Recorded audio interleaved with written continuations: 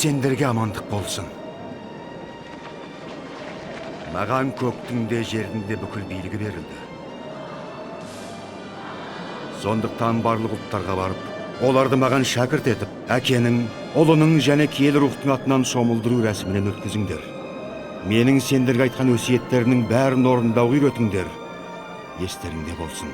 Мен бұл дүниенің ақырына дейін әр күні сендермен бірге болам. Аумин.